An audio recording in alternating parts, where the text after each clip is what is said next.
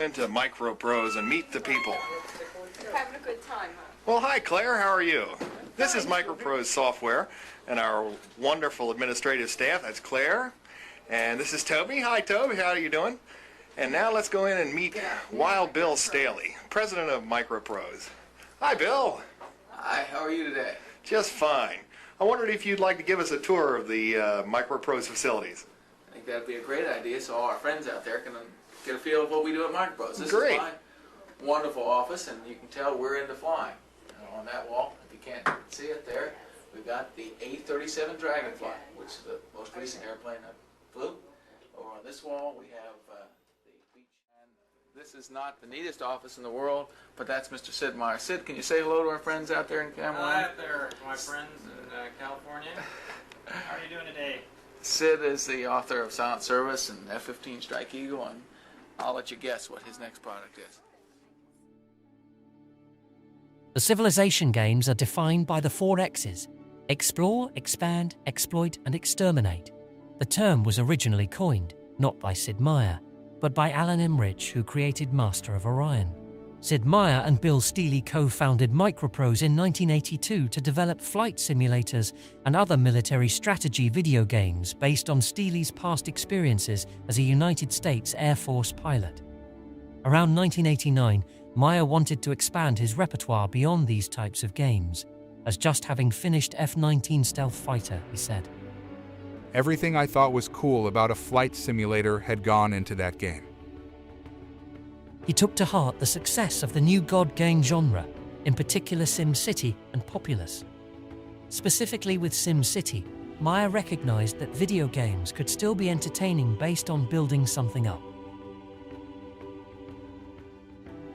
Civilization's story takes us all the way back to 1991, when Microprose launched Sid Meier's Civilization, a game that would define turn-based strategy for over 2 decades and give birth to a genre that eventually became known as 4X. Meier and Bruce Shelley had finished Railroad Tycoon and were looking for another project. They wanted to expand on some of the ideas, and Meier had been intrigued by the exploration system found in Empire, the turn-based wargame. It started by giving players a limited view of the world, but that viewpoint gradually unfurled as the world was explored. Empire is a 1977 turn-based wargame with simple rules. The game was conceived by Walter Bright starting in 1971, based on various war movies and board games, notably Battle of Britain and Risk.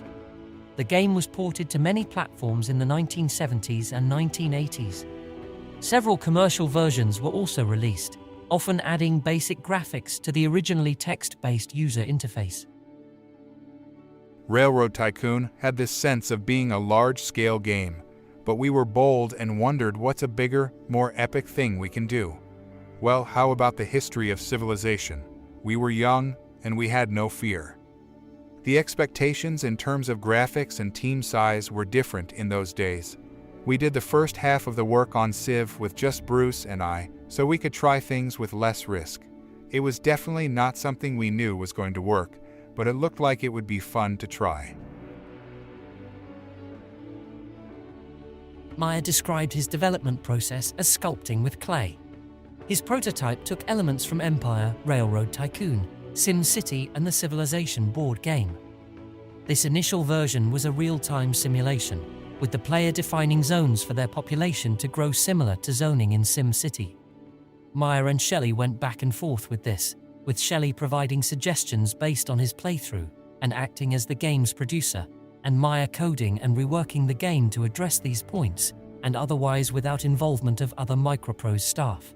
While other strategy games were offering up cities or companies as playgrounds, Meier did worry that what they were creating was going to be too much, too daunting. How do you make a game that spans human history? One of the reasons we used squares for mapping was we thought hexes were too geeky. We went with squares to make things accessible. Development is a journey in itself, and it could have easily gone in different directions. There were a number of things we considered that we didn't end up doing. Real time is one of them. I think it's great to look at Age of Empires, for example, because that's how the game would have probably progressed if we'd continued down that route. Civilization is a turn-based single-player strategy game. The player takes on the role of the ruler of a civilization, starting with one settler unit, and attempts to build an empire in competition with 2 to 7 other civilizations. The game requires a fair amount of micromanagement, along with other tasks of exploration, warfare, and diplomacy. The player has to make decisions about where to build new cities, which improvements or units to build in each city, which advances in knowledge should be sought, and how to transform the land surrounding the cities for maximum benefit. The game can be won by conquering all other civilizations, or by winning the space race by reaching the star system of Alpha Centauri. Making Civilization turn-based was an accessibility decision too. Meier considered creating an RTS, but after testing it, he realized that it didn't give players enough time to get to grips with its myriad systems. Before the game begins, the player chooses which historical or current civilization to play. In contrast to later games in the Civilization series, this is largely a cosmetic choice, affecting titles, city names, musical heralds, and color. One of the reasons Civ was successful was it tapped into things you already knew. You can enter into this world which you already know. You might know Napoleon, and Gandhi has a clear personality. These are leaders who you've probably heard of and already associate a personality or feeling with.